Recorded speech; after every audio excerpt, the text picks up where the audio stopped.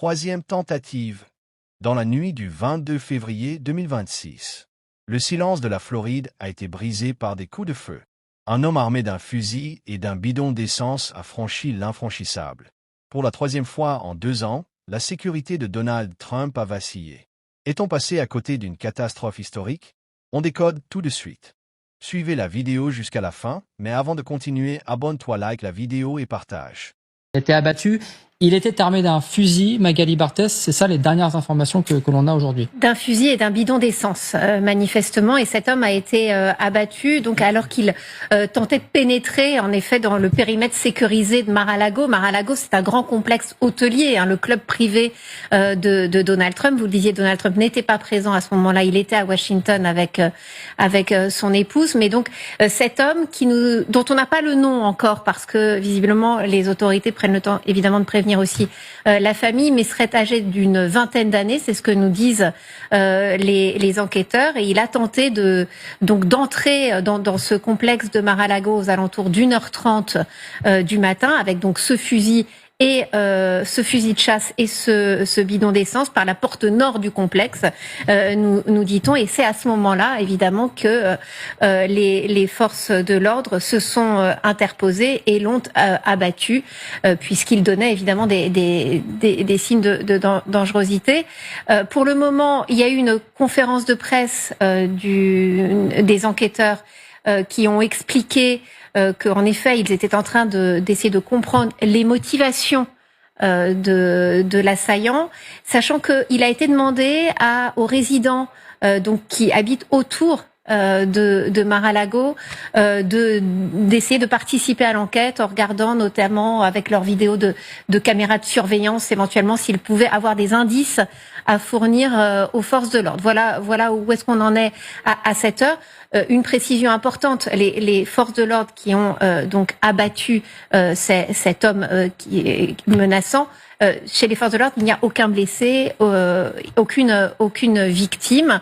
Intrusion donc aux alentours d'1h30 ce matin, alors que Donald Trump et Melania Trump étaient à Washington. Il y avait un dîner avec les gouverneurs des États hier à la Maison-Blanche. C'était public, donc peut-être parce qu'on peut se demander si l'assaillant savait ou pas que Donald Trump n'était pas à l'intérieur de sa résidence, mais il était public, il y avait un dîner avec les gouverneurs. Ce qui est assez sidérant, c'est que ce n'est pas la première fois que Donald Trump est visé comme cela. On a évidemment tous en tête les images de ce meeting en pleine campagne où il échappe de peu à centimètres près une balle justement près de l'oreille à la mort, si je puis dire, clairement.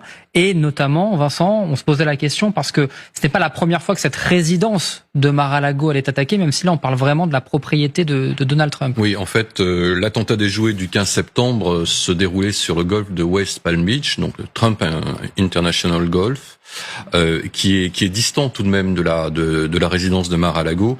On se souvient que l'assaillant avait réussi à pénétrer sur le golfe et a donc à s'y cacher. Il avait été abattu par le Secret Service à l'époque. Je dois dire que le shérif du comté, qui s'appelle Rick Bradshaw, va devenir le shérif le plus célèbre des États-Unis. C'est la deuxième fois qu'on le voit faire des conférences de presse. En plus, il a un physique très américain, de shérif américain. Ça ressemble tout de même, alors là, je me retourne vers Guillaume, à ce qu'on appelle aux États-Unis suicide by cops, c'est-à-dire les gens finalement qui se suicident par arme policière, parce qu'on ne peut pas imaginer quand même sérieusement pouvoir s'introduire avec un bidon d'essence, un fusil à pompe, de manière impunie au sein de la résidence de Mar-a-Lago. Ça, effectivement, quand cette personne sera identifiée, sans doute que les services américains l'ont déjà identifié, ils vont pouvoir regarder s'il y a des antécédents éventuels, si son nom figure dans des fichiers de police, des fichiers de renseignement, et ainsi avoir une idée un peu plus précise du profil et de ses intentions, et notamment déterminer si c'est un acte seul, isolé, comme ça peut arriver aux États-Unis, les active shooters, comme on les appelle parfois, ou ceux qui recherchent la confrontation avec les forces de l'ordre jusqu'à la mort, ce qu'on appelle le suicide by cop. Effectivement, vous avez tout à fait raison. Donc on pourra savoir si c'est ça ou si c'est autre chose, c'est-à-dire quelqu'un qui aurait des complices, aurait été incité à agir, etc. Toujours est-il que oui, quand vous tentez de pénétrer dans la résidence de Donald Trump en Floride, vos chances de survie sont globalement faibles. Si vous êtes tout seul et même armé. Maintenant, pour les faits qui ont été relatés au mois de septembre dernier, dans le golfe, dans le golfe, où Donald Trump était en train de s'entraîner, cette personne-là, ça a surpris aussi beaucoup d'observateurs avisés qu'elle puisse s'introduire dans ce golfe, se rapprocher du président alors même qu'il était sur son parcours, et que cette personne parvienne à lui tirer dessus. Alors sans le blesser, sans le toucher, mais il y a quand même eu déjà un premier niveau d'interrogation. C'est vrai. Donc présumer des chances, oui, les choses sont faibles, mais peut-être que certains se disent, après tout, en Pennsylvanie, là aussi, quelle surprise, ça a valu le limogeage de la chef du Secret Service. Secret Service qui donnait des leçons à la terre entière sur comment il fallait protéger le président des États-Unis et qui imposait son protocole partout où le président se déplaçait. On a quand même vu qu'il n'était pas parvenu à empêcher un tireur embusqué. C'est-à-dire quelqu'un qui avait eu le temps de se poster avec un fusil à lunettes, de tirer à plusieurs reprises. Donc il y a quand même déjà eu beaucoup de ratés autour de la sécurité de Donald Trump. C'est vrai qu'on peut parler de failles dans ces cas-là. Gilles Melly, votre première réaction? Oui, en fait, le seul fait avéré, c'est qu'il a été tué par la police. On ne sait pas s'il a tiré ou pas, donc on ne sait pas dans quelles conditions les forces de l'ordre ont ouvert le feu. Si les policiers ou les forces de l'ordre ne tiraient pas, on ne serait pas là en train de parler de cette chose-là. Il n'y avait pas de menace parce que le pavillon n'était pas élevé, le président était à Washington. Il était loin de tout. Et je voulais juste rappeler qu'il y a une vingtaine d'années, un homme s'est introduit dans le palais de Buckingham, dans la chambre à coucher de la reine. Elle s'est assise sur son lit, elle a discuté tranquillement avec lui avant d'appeler les services de sécurité qu'il avait interpellés. Et il est arrivé à 1,50 m de la reine.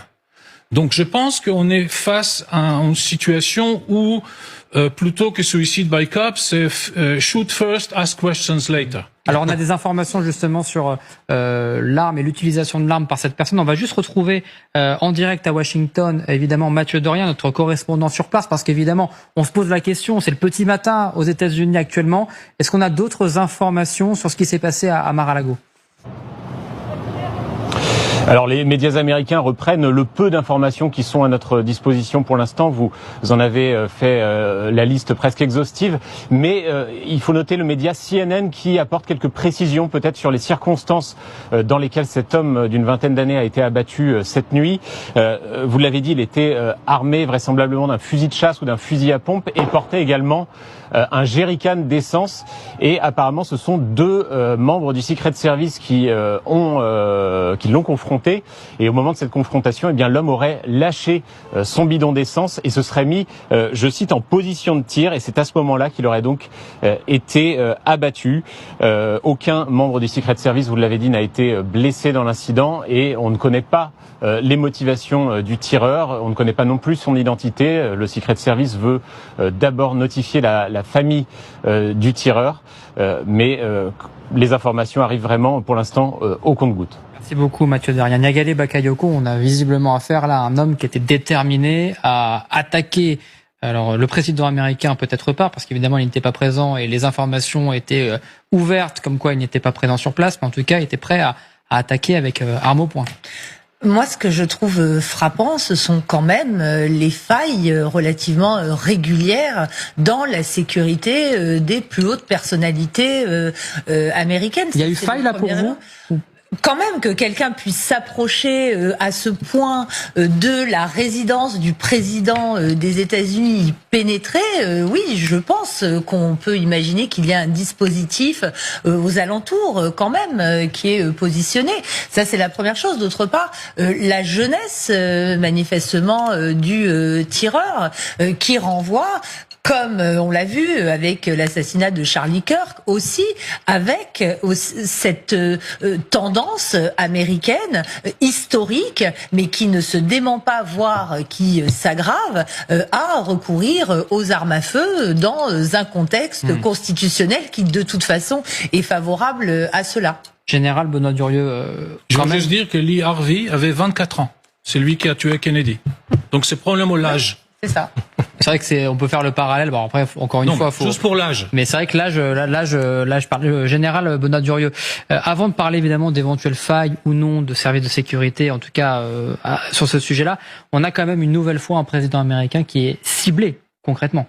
Oui, qui est ciblé, mais ça, je pense que c'est pas une énorme surprise. Et je pense que pour le président américain, cet épisode est, à mon avis, doublement fâcheux, parce que d'une part, effectivement, quelqu'un est parvenu à pénétrer dans une sorte de périmètre de sécurité. Et puis, deuxième point, il a été tué. Et même si c'est effectivement la culture américaine, je pense pas que ça soit très bon quand même pour le président. Ouais. Puis voilà. Puis une troisième conclusion, parce qu'on parlera peut-être de situation internationale tout à l'heure, c'est que on voit très bien que dans une situation qui est très instable un peu partout dans le monde, la stabilité tient à pas grand-chose. On ne sait pas très bien ce qui se passerait si effectivement le président Trump était tué, ce qui se passerait au sein de la société américaine d'abord, et puis ensuite ce que ferait son successeur qu'on connaît, mais dont on sait aussi qu'il est pas beaucoup plus contrôlable probablement que Donald Trump. Oui, malheureusement, le général a raison. On aurait droit à J.D. Vance. Je suis pas certain que ce soit une très bonne nouvelle. Non, je voulais rebondir sur ce que disait Niagalé. Il n'y a pas de risque zéro en matière de protection rapprochée. Tous les professionnels de la protection rapprochée dans le monde le disent. C'est absolument impossible de garantir, y compris au président des États-Unis qui bénéficie d'une bulle complète c'est impressionnant, de sécurité.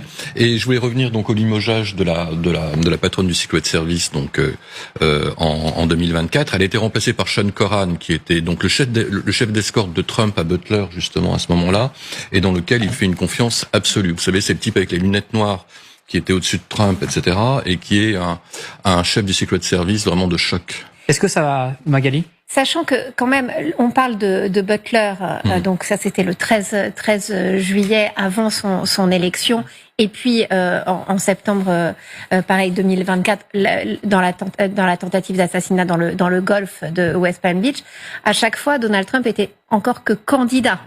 Aujourd'hui, il est président, donc certainement que la sécurité est encore renforcée. On a quelques précisions quand même sur l'affrontement, l'échange qu'il y a eu entre l'assaillant, donc tout à l'heure, enfin cette nuit, et les secret services, puisque manifestement, d'après le shérif Bradshaw du comté de Palm Beach qui a donné cette conférence de presse, les seuls mots que nous lui avons adressés étaient « lâchez ce que vous portez », c'est-à-dire le bidon d'essence et le fusil. À ce moment-là, il a posé le bidon d'essence et il a levé le fusil en position de tir, et c'est là qu'un policier donc du comté de Palm Beach et des agents du Secret Service ont fait feu et neutralisé la menace. Voilà ce que voilà ce que dit le shérif. Le suspect est décédé sur place, aucun agent blessé. Donc ça y est, on commence à comprendre un petit peu ce qui s'est déroulé donc à 1h30 du matin. Guillaume Fard, quand on a ces nouveaux éléments, est-ce qu'on peut parler de faille entre guillemets d'avoir laissé approcher un homme visiblement assez véhément et assez dangereux, ou au contraire? Là, sur ce point-là, les Secret Service et le dispositif de sécurité a parfaitement fonctionné, justement, dès qu'ils ont pu intervenir. Eux, ils ont un protocole d'action qui est très strict. Vous avez quelqu'un qui plus est armé, qui vient à proximité immédiate d'une résidence qui est la résidence habituelle de Donald Trump, même s'il n'y séjourne pas au moment des faits. La personne a une arme, ne veut pas s'en départir après sommation et tire. Enfin, j'imagine que c'est leur cadre réglementaire d'action. Ils en ont nécessairement un. Et parler de faille, moi là, j'avancerai pas ce terme au regard des premiers éléments qu'on nous présente, parce que une faille, ça aurait été cet individu était rentré à l'intérieur, s'il avait pu déambuler de longues minutes. Enfin, c'est tout ça une faille. C'est si véritablement. On prend le cas d'hypothèse où le président aurait séjourné là, lui avec des membres de sa famille, son épouse, et où cet individu aurait pu s'approcher là des premiers éléments qui nous sont communiqués par les autorités américaines. Il n'y a eu aucune déambulation. Oui, après le fait qu'il soit armé, les États-Unis sont un État où les armes sont facilement accessibles, en Floride qui plus est, et donc après il y aura, dans le cadre de l'enquête, j'imagine qu'ils vont évidemment regarder la provenance de cette arme. Mais si c'est un achat en vente libre, oui, il était armé, parce que les États-Unis font que réglementairement, sur un plan même législatif, vous pouvez acheter et détenir des armes.